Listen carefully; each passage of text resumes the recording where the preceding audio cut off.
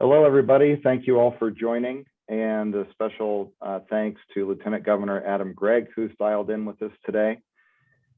Since we're starting a few minutes late, we will just jump right into things. Israelis recently replaced their government, which had been led by their longest-serving Prime Minister, Benjamin Netanyahu, with a new government led by a new Prime Minister, Naftali Bennett. His cabinet is comprised of members from 8 different political parties and was approved by Israel's parliament, or Knesset, by just a single vote. After 12 years with Netanyahu at the helm, many of us wonder if this change in leadership will also mean a change in how the country approaches security issues, international affairs, the U.S.-Israeli relationship, or if it can even hold together given the narrow margin with which it was approved in the Knesset. With us today to talk about the new government and these issues is the director of AIPAC-AIEF, Israel. He has also been a lecturer, researcher, and publisher on issues including the Arab-Israeli conflict and the proliferation of weapons of mass destruction. He's a regular contributor to the Jerusalem Post and has appeared on BBC, Bloomberg, AP, Reuters, Israeli TV, and Army Radio. I present to you Dr. Cameron Brown. Doctor, take it away. So first of all, thank you very much for coming and for being patient, frankly, with technology. It turns out that even after a year and a half of Zoom, these things still get stuck. I'll just mention one other thing about myself. I come from Woodstock, Illinois, small town in northeast Illinois. Mostly cows and cornfield, which means I feel very at home with people from Iowa. It's very, very similar to the way I grew up. I've been here in Israel now about 25 years. I went back at one point and did a PhD at the University of California in San Diego. So I'm about halfway, half my life here, half my life there. Undergrad happened to be at University of Illinois. Don't hold it against me. And without any further ado, let's look. Here's what I'm going to try to do today. We're going to talk for a minute about the election and about this new government. And we're going to talk about some of the people, give you a little bit of a who's who, because these are people that, frankly, I don't think almost anyone really knows who they are. You have to be following really pretty closely to know some of the main actors, including, by the way, the Prime Minister, who until literally an hour before he became Prime Minister, did not actually think that this was his moment to become Prime Minister. And so we have a lot of new faces, and it's worth getting into. So let's start. I'm going to, and please forgive me, I am going, can we get a chance to do a PowerPoint here? Is that a possibility? Oh, you're throwing us a curveball, Tamara. I like curveballs. I believe you should be able to share your screen. It's not letting me. Well, if not, we'll just keep going. It's not a big deal. It's just there are some things that are easier shown than said. And while you're playing around with that, I'll just remind everyone in the audience that if you'd like to ask a question, if a question pops into your mind while Cameron is speaking, please feel free to go ahead and ask it in the chat room. And after Cameron's spoken for a few minutes and has opened the floor to questions, then I'll read through those and we'll take as many of them as we can in the time that we have. Yeah, and Charles, I wouldn't, don't be too afraid to interrupt me, by the way, in the middle as we're talking about things. The more we can make this, frankly, a conversation, I usually think that it's better than if people get talked at for too long. Okay, we'll do that. Let me start going. Oh, there we go. Thank you. So can people see that? Yeah, we can see a line that says you've started screen sharing. All right, and let's see if you actually get to see the screen. There we go.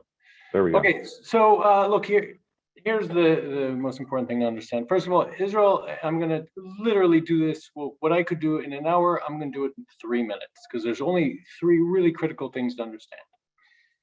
First, that Israel system, unlike the American system, is like the British or the Canadian system of democracy. It's a parliamentary system.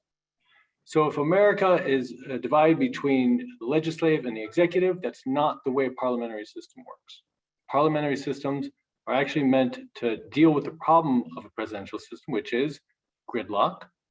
And it's meant to make it so you can actually pass legislation easier. So the executive is actually coming out of the legislature.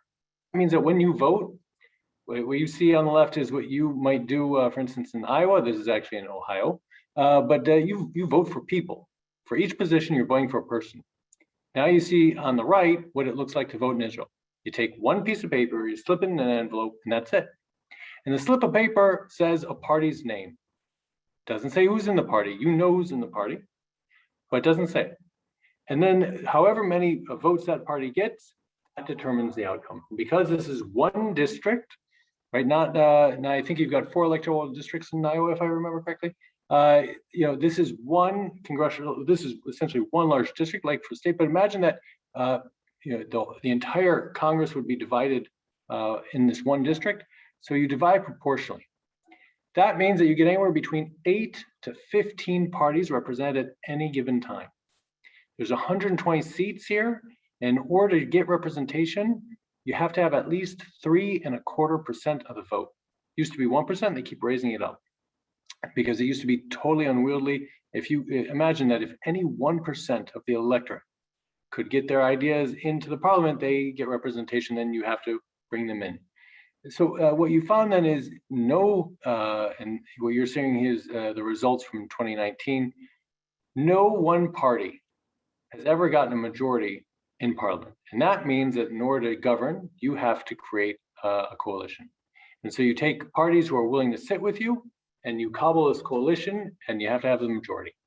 What you're looking at here is what we call now the first election. The first because there were 4 in the last 2 years, and which is it is unprecedented, not just in Israel, in fact, in the entire world.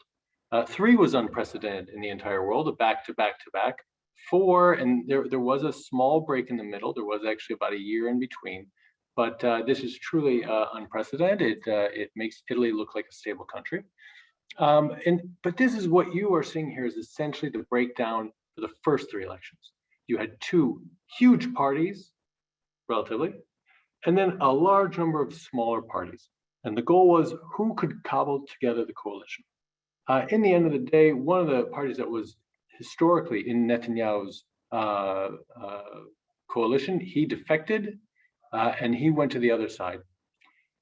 And then we come to the 4th election, this one that happened last year. And what you saw is a very different outcome. And this looks like this should be very good because Netanyahu, again, the name that I think most people here know, he'd been prime minister for 12 years. His party did far better than the rest. And so you would look at this outcome and you go, well, no brainer. Clearly, he won the election.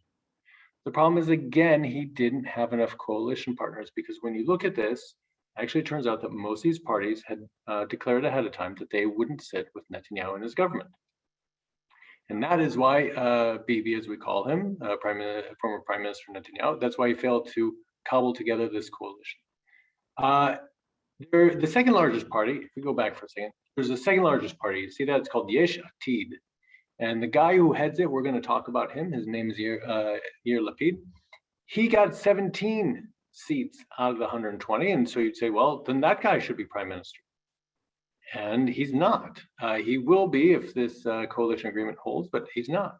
And the reason is because, again, there were certain parties who said, we won't sit with you if you're the prime minister. And so what happens, he said, we won't sit with you if you are prime minister unless we share power with you. And that's how you got our present coalition. What you see here in white is all the parties, and it doesn't matter the names of the parties right now. We can talk about this later. But what you see in white is the parties that joined the coalition. Again, you notice it's slightly more than half. That's the key. 62 are in, 58 are out, and that's what you need to govern.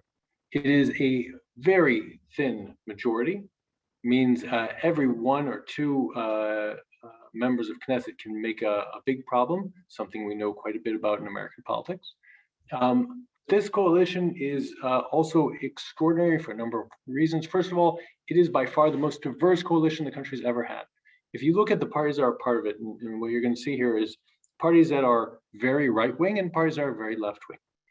Parties that are Jewish religious parties, like the Prime Minister's party, Naftali Bennett, all the way to very left-wing secular parties like Meretz and like Labor. And then you go even further and you actually have an Arab Islamist party, a moderate, we should say, a very moderate Islamist party. We'll talk about him in a minute because he's fascinating. You also have 9 female ministers. It happens to be a record for Israel in all sorts of places, including a few here that are in the security cabinet. Now let's talk about this guy. This is Naftali Bennett. His Yamina party had 7, and is now essentially down to 6 out of the 120 seats. But he had a very important place in that he was kingmaker. He could make or break this coalition, and he said, "Look, the right wing in Israel won a majority. That there are right wing parties that won't sit with Netanyahu doesn't mean that the right wing shouldn't have representation in the government. And so, while my party may be small, it didn't mean that he didn't think he had a legitimate claim to be prime minister." The coalition then said, "Look, we will have half of this, half of the 4-year term will go to now Prime Minister Naftali Bennett. And then halfway through, they're going to rotate. And the foreign minister, Yair Lapid, he's going to take over as prime minister. In the meantime, Lapid becomes alternate prime minister and foreign minister. And the foreign minister today was in Bahrain. First time an Israeli minister had been to that Arab country. In fact, about an hour ago, he was actually visiting the U.S. Fifth Fleet that's in Bahrain. And so these are the 2 people who are leading the coalition. Naftali Bennett, he's very interesting. He grew up, he's a son of Americans, hippies from San Francisco, who moved to Israel after the 1967 war. He grew up, became modern Orthodox, and went into the army, was drafted into the most elite unit of the army, what's called Sayeret Matkal. It's sort of the Delta Force of the IDF. And he was an officer in the IDF for a long time, did reserve duty and fought in several wars. And most importantly, in 2006, as a reserve soldier, he got drafted into the Second Lebanon War. He saw the way the war was fought. He lost one of his very close friends, who literally jumped on the grenade and saved his fellow soldiers. Bennett walks out of that war shaken with belief that the leadership doesn't know what it's doing, doesn't know how to listen to the lower ranks, and that he goes into politics with the drive to change things and shake things up. He comes in, and in the meantime, I should point out that he also became a CEO of a startup before he got drafted into that war. And so he has a background both in high tech and in this elite force. He comes into politics in 2006 as Netanyahu's chief of staff. And he and Netanyahu have an immediate click. Netanyahu at the time is the head of the opposition, because both of them speak English. In fact, a lot of their conversations are in fact in English, not in Hebrew. And there's something very much about them, business background, the same unit in the army. It's very different than, let's say, the prime minister at the time, Ehud Olmert. And so they click and they hit off until they eventually part ways. Netanyahu becomes prime minister, and Bennett, and when they part ways, it's ugly, actually. And Bennett is sort of out in the political wilderness. He becomes head of what's called the Yesha Council, which is the settler movement in the West Bank, and at the time, after the 2005 withdrawal, just West Bank, it used to be Gaza as well. So he's head of the settler movement, and then in 2013 or 2011, joins politics as a politician, could not get into Netanyahu's own party. Netanyahu won't let him. So he gets into a different party called Jewish Home Party. He becomes chair of that party in his first election, wins the primary, and then brings that party to an all-time high of 12 seats. That party had been a small niche party, and Bennett manages to expand its reach very significantly.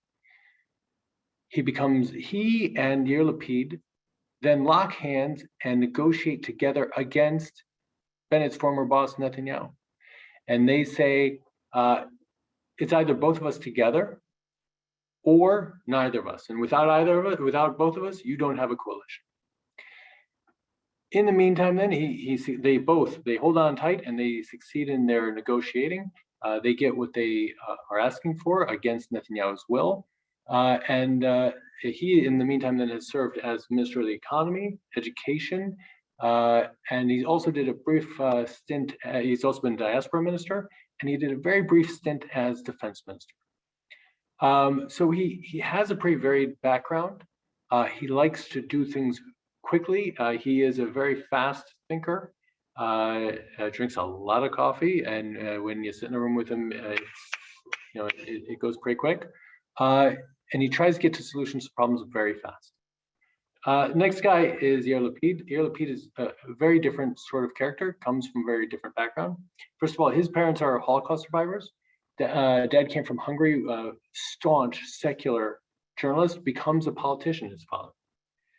Heads up a very significant party. Then 2003, knocks the ultra-Orthodox out of the governing coalition, something that was very, very rare in Israeli politics. Until today, Lapid still suffers from this. His son, who we're seeing here in the picture, still suffers from this because the ultra-Orthodox still hold that against him.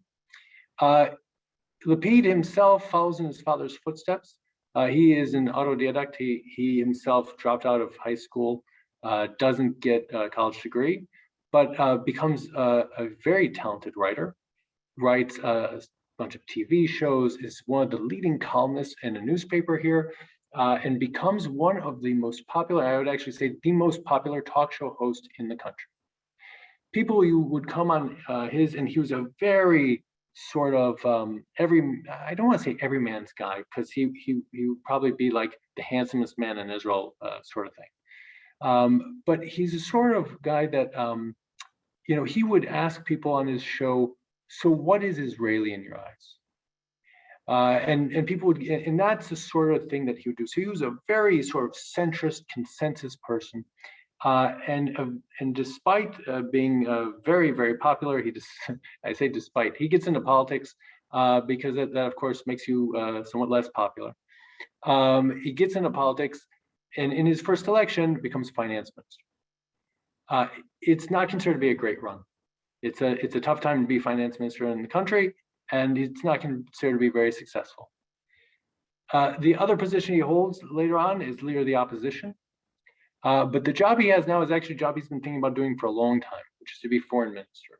He had thought about doing it when he first gets into politics, but his campaign at the time was all about where's the money. So he can't then run a campaign on where's your money going to and become foreign minister. You have to be finance minister. And it takes him a number of years to get back to where he was, but eventually he does in fact get back. He forms a party, this blue and white party, in the first election with a guy, Benny Gantz. Benny Gantz is a former chief of staff and is now defense minister. And the two of them created this huge party, which fell apart after the third election because Benny Gantz goes into the government with Netanyahu, and Lapid, he stays out. So the two of them ever since have, there is a rivalry, the kind that only can come from people who used to be partners and then became rivals. And so you can tell that they are now partners again, but it is an uneasy relationship. In fact, I would say in this entire governing coalition of 8 parties, that relationship in particular is probably the most difficult, even more difficult than people of radically different political perspectives. Let's talk lastly about this guy. This is Mansour Abbas. Mansour Abbas is head of the Islamist party called Ra'am. Ra'am is United Arab List. It is, now to understand this party, you have to understand on the one hand that it originated, its roots are in the Muslim Brotherhood. And now it's mind-numbing when you go, wait, I'm sorry, Israel has a guy who's from the Muslim Brotherhood. What I would make sure that you understand here is that, when you listen to him enough, and I've heard quite a bit, you hear this is not the Muslim Brotherhood. There's been a few splits since, and he comes from, first of all, he comes from a small town in northern Israel, where Muslims are actually a minority. Most places in Israel where Muslims live, they tend to be in majority towns. He comes from a place where Christians and another sect called the Druze, they're the majority. And he grows up very much a pluralist. And his teacher, the head of this, what's called the southern branch of the Islamist movement, is very, very much a pluralist and a moderate. And they say, yeah, we may have all sorts of, dreams about things, but let's be practical and realistic about the world. Israel is here. Let's deal with it. Let's not boycott the politics. Let's be part of the politics. And so in the mid-90s, in fact, they split from what's called the northern branch over this question about should we even engage in the political process. And they run for elections, which at the time was very controversial for them. In the last 2 years, he has said, look, we are boycotting being part of the government, and you know what we get as a result? Nothing. Let's stop. Let's stop boycotting. Let's become kingmakers. If Israeli politics are split right down the middle, it means we have a spot here. We have a chance to become the kingmakers, and that's exactly what he managed to do. He became the kingmaker. He could have gone with either coalition, and he wanted them both to court him, which they did to various degrees of success. Not every party, by the way, was good with that. There was a very far right-wing party that didn't accept this, having an Islamist party in the Netanyahu coalition, which is why it didn't happen. But he is very interesting. He is attempting to promote cooperation between Jews and Arabs. There were riots back in May, which could have brought this whole thing tumbling down. And this guy, after a synagogue got torched in a city called Lod by Arab Muslim citizens, he goes to the synagogue and says, we have a responsibility to rebuild this. And that got people's attention. Again, for people who were wondering, who is this guy? What is this party? And you really see here someone who is leading his party to a very different place. It's emblematic of changes that are happening in Arab society in general in Israel. Let me put it this way. I started learning Arabic 25 years ago. When I first started learning Arabic, I would speak to people in Arabic and they would be so impressed what wonderful Arabic I have. For about 10 or 15 years, I can barely speak to anyone in Arabic because they feel offended. Why am I not speaking to them in Hebrew? What, my Hebrew not good enough for you? And it's part of a deep-rooted change in Arab Israelis, a great number of them who want to fully integrate into the country, who want to be part. And he is the first politician on the national level to capitalize on that. But Arab society is very much split on this question about being part or not being part, and it's a tenuous thing, but it's a fascinating thing. And that leaves us with Netanyahu, who is, as of today, I would say still solidly in control of the opposition. He is the leader of the opposition and is still a very powerful force within his party and is still attempting to make a comeback. How long that lasts is going to be a good question. Let me end with a couple of thoughts here about where we are in terms of policy. Generally speaking, this government is trying to do bread and butter issues. So it's working on schools, it's working on the economy and COVID, and that's when they wake up, that's what they're thinking of mostly. In terms of foreign policy issues, on the Palestinians, they don't agree at all. And so their agreement is, we will agree to disagree and we will just maintain the status quo. In terms of Iran, actually, there's more or less agreement. First of all, preventing Iran from becoming nuclear is a national goal. That's shared throughout the entire spectrum. And the policy so far has actually been very similar to the previous government.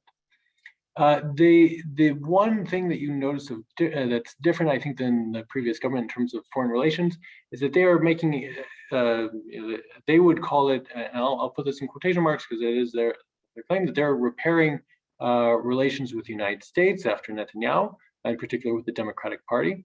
They would say also with Jordan, with the King of Jordan, who had a very tension-filled relationship with Netanyahu, Western Europe. And so they're trying to change the relationship. There are certain parallels, I think, in American politics, but I'll leave that to you guys to figure So those are, I think, the most important issues right now that the government's taking on. So why don't I move to Q&A? If anyone has any questions, otherwise I can keep going on. As a reminder, if you do have any questions, please go ahead and ask them in the chat room. And maybe I'll kick things off while people are starting to ask their questions. One question I had for you, Cameron, is about the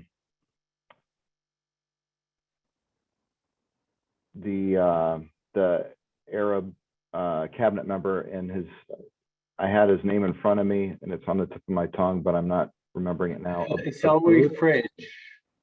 I'm sorry? Yeah, Isawi Frege. If either Mansour Abbas or Isawi Frege. Mansour is the one I'm thinking. Yeah, Mansour is the one Abbas. I'm thinking of. Okay. Look, the good news is there are 7 of the 13 members of the Knesset who are Arab Muslim, are in the coalition, which means you have reason to be confused. There's lots of people who you could, conceivably be thinking of, and so it's again, more Arabs are in the government than in the opposition. I think again it underlines the falseness of this claim that was made by Rashida Tlaib and others that Israel is an apartheid state. I don't remember that in apartheid countries you have a majority of representation of, let's say, the blacks in South Africa were not in government. They weren't even allowed to run for government. So. True. Are any of the Muslims or Arabs who are in the cabinet, are any of them actually Palestinian? So this is a really important question. It touches on something bigger, which is a question of identity.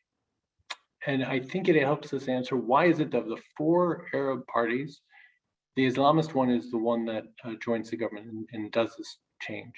And the answer is, I think, because they have a very clear other identity. Their other identity is as a Muslim. But that second identity is as a Palestinian Arab citizen of Israel. Now, that sounds like maybe a contradiction in terms, but I would say for about 20, 25 years, Arab Israelis have had a debate about, are we Arab Israelis or are we Palestinian Israelis? And I'd say as of today, the vast majority would probably call themselves Palestinian Israelis. Some are Bedouin, but the vast majority. Again, it doesn't really doesn't make a huge difference, but they're all essentially the same, which is that they came from the same sort of place. The people in West Bank and Gaza, it was all one sort of sort of common thread. Some of them eventually were from Egypt and Jordan, but same. And there's been the reason I ask that is that there's been a real dearth in leadership in both the Palestinian Authority and in Hamas in terms of wanting to find some kind of peace agreement with the state of Israel. And does the fact that some of these might identify as or claim Palestinian identity help open up or maybe give room for more moderate people within either the PA or Hamas to start talking about recognizing a state of Israel for Jewish people and coexisting and finding some kind of peace? That's a really interesting question. I think the answer so far is no, but it's hard to know what the long-term trend of this is going to be, and realize that there are sort of 3 different arenas in which Israel is trying to make peace with its neighbors. One is with the Arab citizens of Israel, and that's what Mansour Abbas represents. The second is the Palestinians, and then third is the wider Arab world. And what you see is both in terms of Arab Israeli, Palestinian Israeli citizens, and in terms of the region, Israel has made incredible progress in the last 2 years, 3 years, 2 years actually, both in terms of this new government and in terms of the Abraham Accords, which I think people really haven't, because they got caught up in partisan politics. I fear that people haven't fully understood the incredible change that represents in the region. This is really unprecedented. Not just that you have this agreement, but the type of peace. that while we've had peace treaties with other Arab countries, Jordan and Egypt, the type of peace was entirely different. It was really sort of a long-term armistice agreement, but there was no attempt to have a really warm peace. What's going on that third circle is totally different, as noticed, as demonstrated by the foreign minister's visit today to Bahrain, and about a month ago to Morocco, and before that to the UAE. We're in totally different waters here.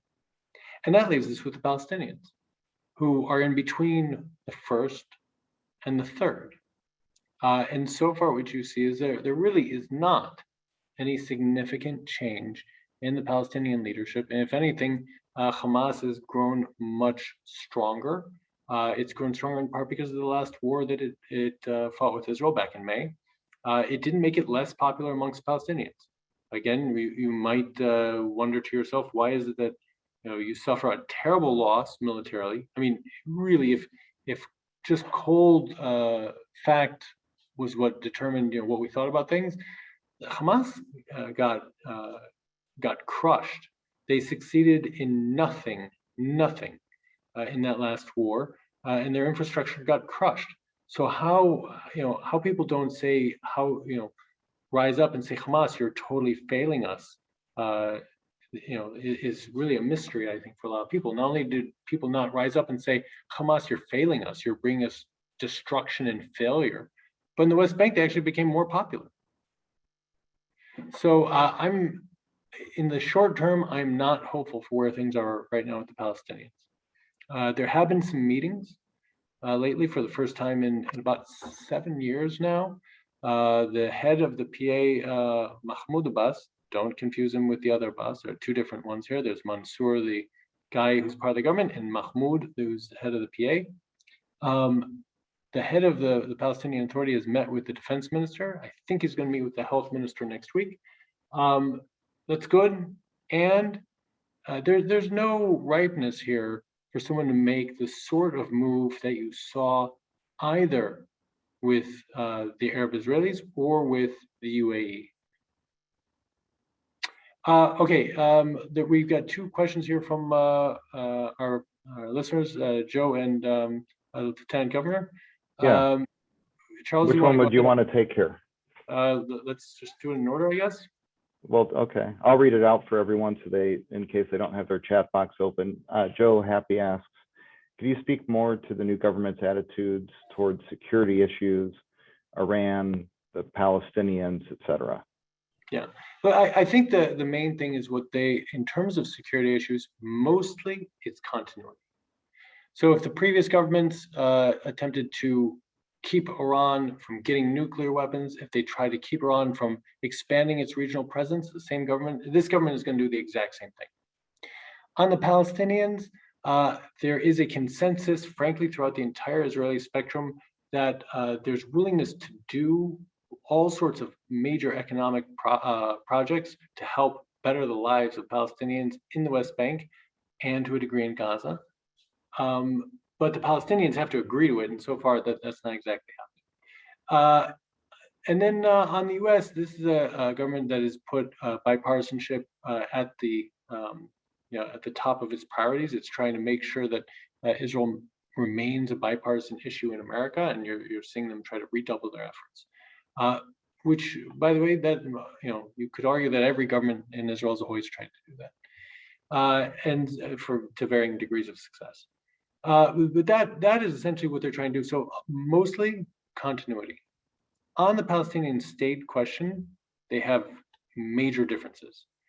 Lapid, the foreign minister and alternate prime minister, is in favor of a Palestinian state. The present prime minister, Naftali Bennett, is against. And so they've said, yeah, but it doesn't matter. It's a moot point because there's no peace deal that's being offered that's serious now anyway that we have to debate.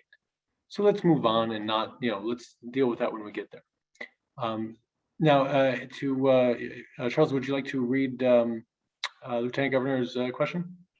Yeah, he's got a good question here about the recent debate over U.S. funding for the Iron Dome system. How was that perceived by the Israeli leadership? And what does the debate in the US say about the status of relationships between the US and Israel?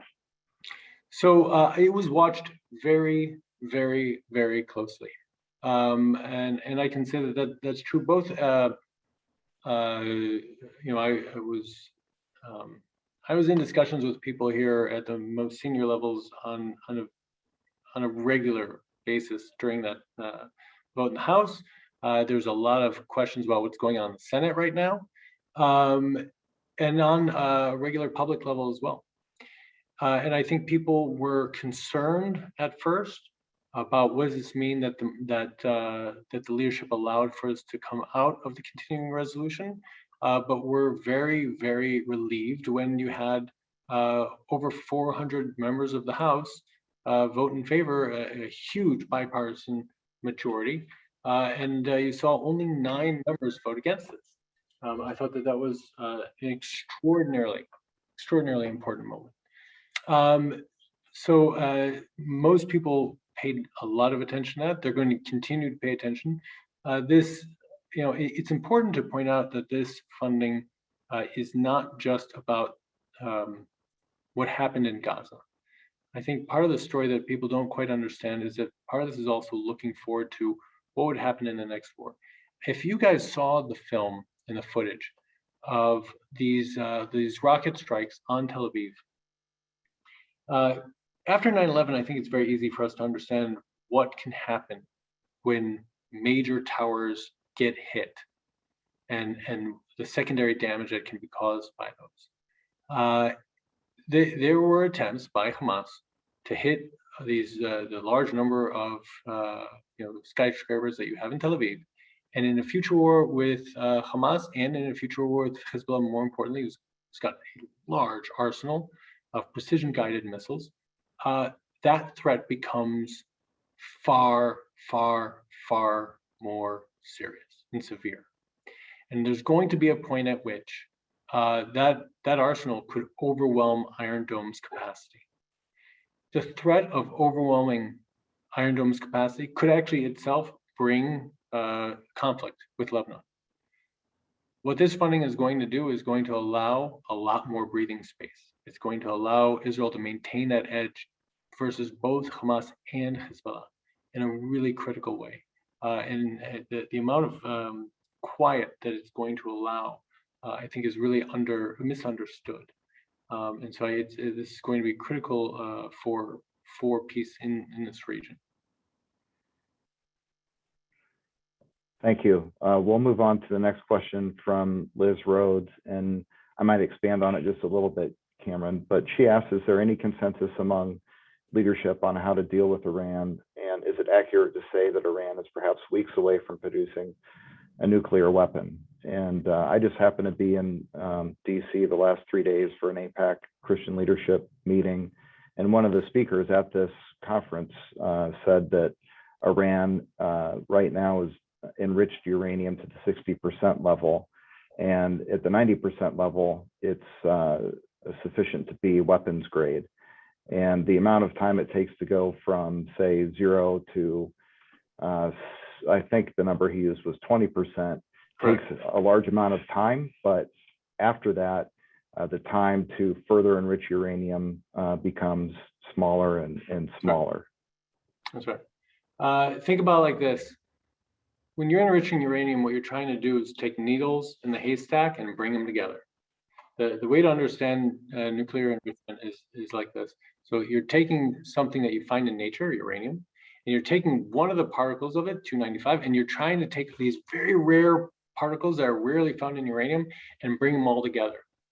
So if you're taking haystacks and you're spinning them around to try to get all the needles out, once you've got it to 5% of your haystack now is needles, you've made your life much easier. When you get to 20%, you have a very good idea of where all those needles are. When you hit 60%, you actually have more needles than you have haystack. And that's actually where we're at now. Iran has enriched to 60%, which means the vast majority of what it has is what it needs. So it becomes much easier. It's one step away to just keep spinning until you get you're to 90% needles. And that is the key here for nuclear weapons. There is one other major step left, which is called weaponization. In other words, once you have enough material, having the material itself does not equal a bomb, but it is the hardest step. It is the bottleneck in the process, which is why the focus has always been on preventing the obtaining of enough fissile material. Because we also know that they worked, and this is one of the most important revelations that came out of the archive that Israel managed to steal from Iran. They had worked on a weapon, and they had gotten very advanced in weapons. And so once you know how to build a nuclear weapon, and you've started doing experiments on it, it's a harder thing to disrupt, and it's a harder thing to prevent. It's the enrichment is really the key moment here to stop. And that's why there's a lot of concern that they are really, somewhere between probably 6 to 8 weeks. If they decide they are 6 to 8 weeks to having enough enriched uranium to have their first nuclear weapon. That decision, I would point out, that is not something that would be taken lightly. My understanding is that, first of all, this is one of the reasons why the IAEA inspections are really important, and Iran has been denying that. And it's going to be important that those violations that Iran isn't allowing for international inspectors that it's supposed to, according to all the agreements it's ever signed, that's going to require an international response, which so far hasn't happened. If it does happen, then not only would that, I think, lead to a very severe response, but it would then take another extended period of time, and probably in terms of months, for them to turn that into a nuclear warhead. Again, you wouldn't necessarily want to try launching something like that, but it's good enough to make countries hesitate.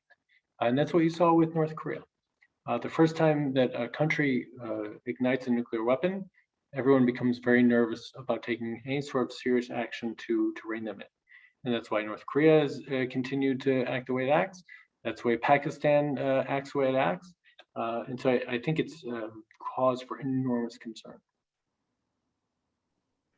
Well, let's go to our final question, since we're getting close to the top of the hour. And that was asked by Tom Henderson earlier. And then, Tom, we'll just pivot to you after Cameron's done answering this question to close it out for us. And Tom asked, despite the fragile majority, will the country be unified with respect to external attacks or threats? First of all, your questions tonight have been, all of these questions have been really fabulous and very, I think, thought-provoking. This one in particular is going to, I think, be perhaps the key question of this coalition. What happens if there is an attack on Israel? And I think the answer in part depends on by whom.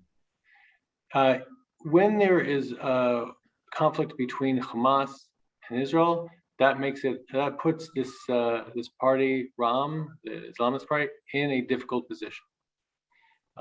So far, after May, they still didn't balk, but I don't know how long that lasts. And that will be a key test. It will be a key test if, for instance, last week, Israel raided Hamas infrastructure in the West Bank, that they were planning a major terror attack in Israel.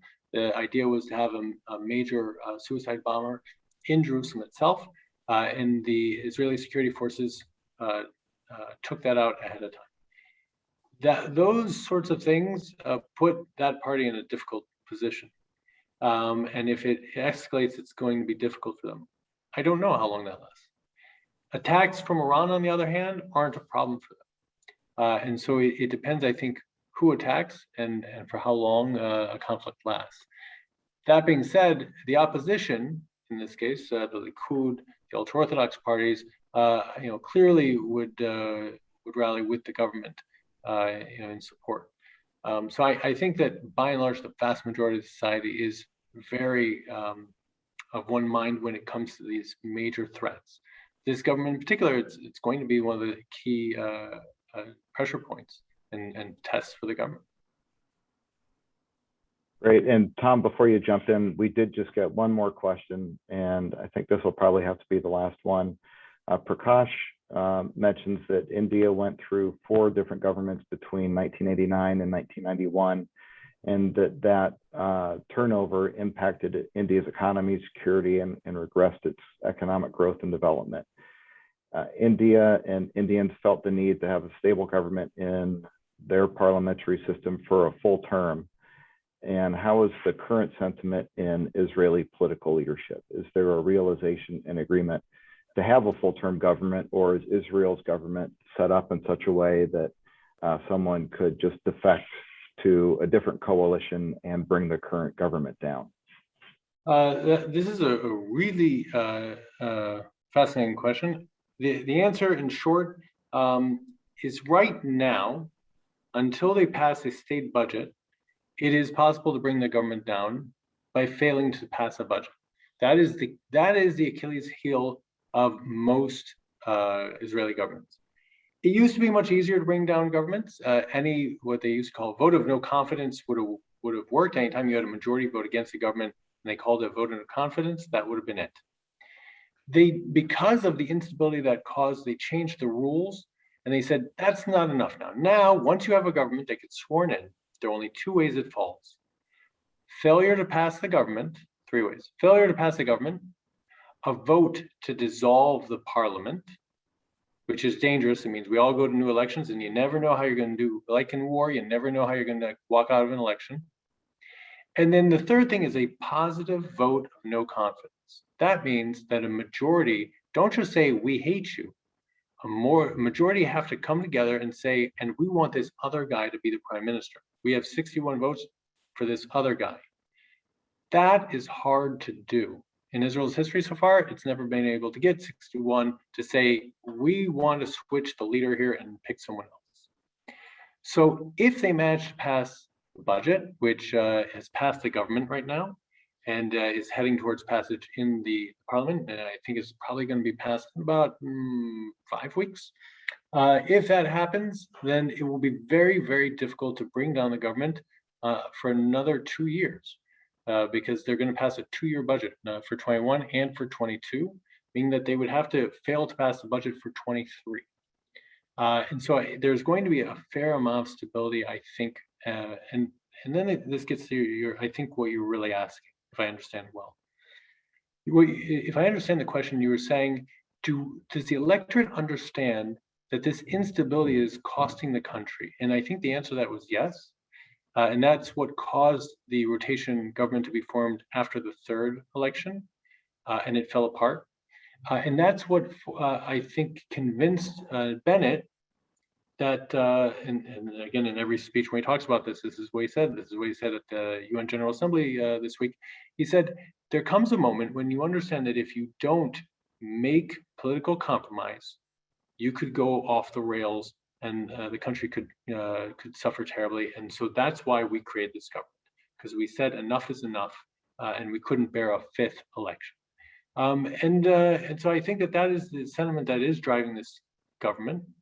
They did say to themselves that a 5th election, which there was very little reason to think that was going to end in anything other than deadlock, if the first 4 times didn't, that something had to change. And so I think that you very much have touched on what is the key sentiment here, that a 5th election would be true madness. And that's what drew these disparate, these very strange bedfellows together.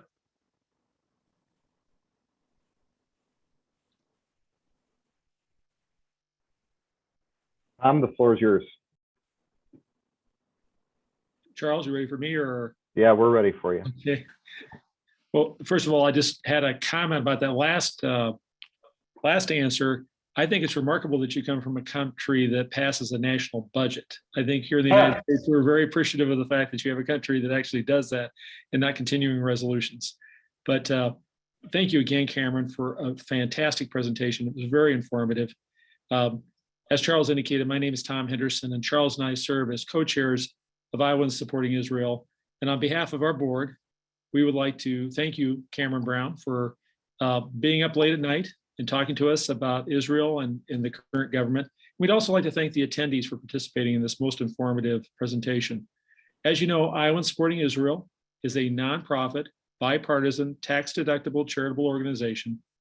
And we greatly appreciate your support, not only by your attendance at these events, but any financial support that you can give us in continuing our work.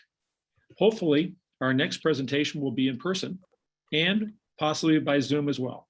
So please watch for information about that next presentation. We hope to have something coming up in the near future.